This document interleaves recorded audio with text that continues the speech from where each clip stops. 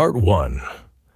The visitor. It was just before midnight when Ella heard the knock at the door. She paused, startled. It was rare enough to have visitors in their remote little town, let alone this late. She stood, glancing at the clock.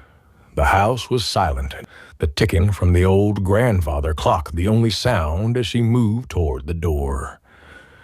"Hello," she called, gripping the brass knob tightly. No answer.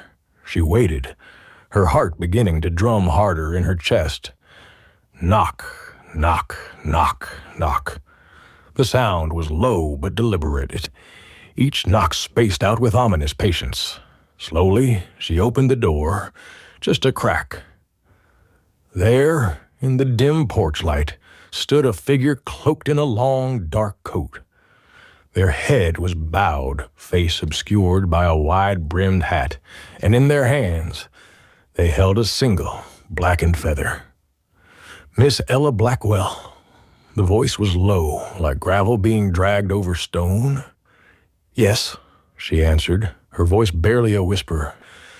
The figure raised its head, and Ella's breath hitched as she saw the gaunt, bone-white face.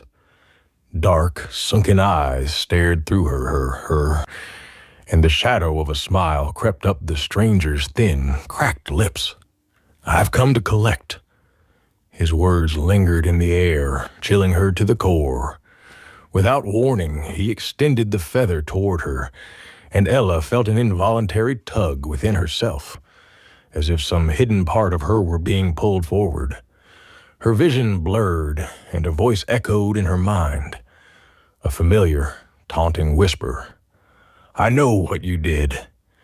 Before she could react, the stranger tilted his head, that shadow of a smile widening. "Consider this a reminder, Miss Blackwell." He rasped, and just like that, he vanished into the night. Ella slammed the door shut, her pulse racing. She backed into the living room, heart pounding against her ribcage. Then she looked down, realizing she was still clutching the blackened feather, her knuckles white. In her mind, that whisper returned, colder and closer than before. "I know what you did. Follow for part 2.